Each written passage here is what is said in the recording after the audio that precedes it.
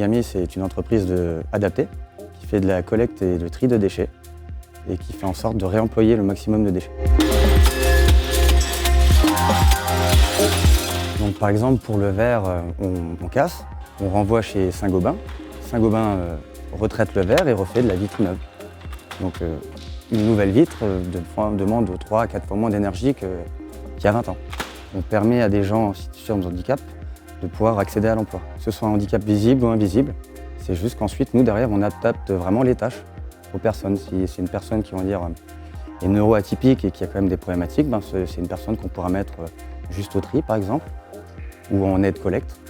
Et après, pareil, si maintenant c'est des problèmes physiques, on adaptera le port de charge et l'intensité des journées de travail. Et on représente tout ce qui est économie circulaire. Étant donné qu'on est dans la collecte et le tri des déchets, qu'on les trie pour les revaloriser, effectivement, ça a du sens d'utiliser aussi les nouvelles énergies pour travailler au quotidien. Pour ça, on a fait en sorte de s'équiper d'une camionnette qui roule au biocarburant et un camion également.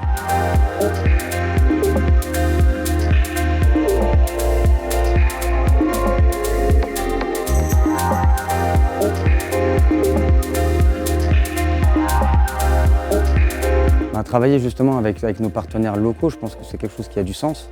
On essaye d'être exemplaire sur toutes nos démarches. Et la consommation d'énergie, oui, est une démarche importante.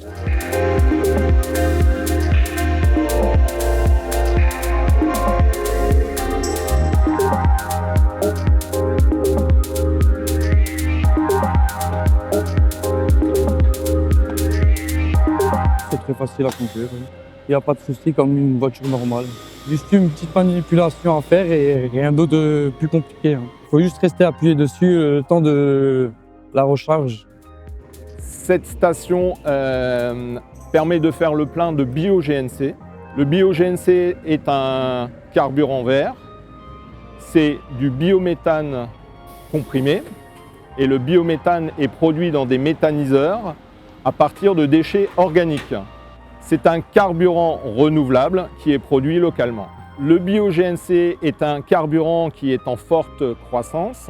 Il permet de décarboner, ça pollue moins que le diesel, moins de CO2, moins de particules fines et moins d'oxyde d'azote. Aujourd'hui, on a entre 600 et 700 véhicules qui viennent faire le plein dans cette station. Demain, l'idée, c'est de pouvoir augmenter encore la couverture géographique pour avoir plus de stations et que plus d'entreprises et de collectivités soient concernées par cette idée d'économie circulaire.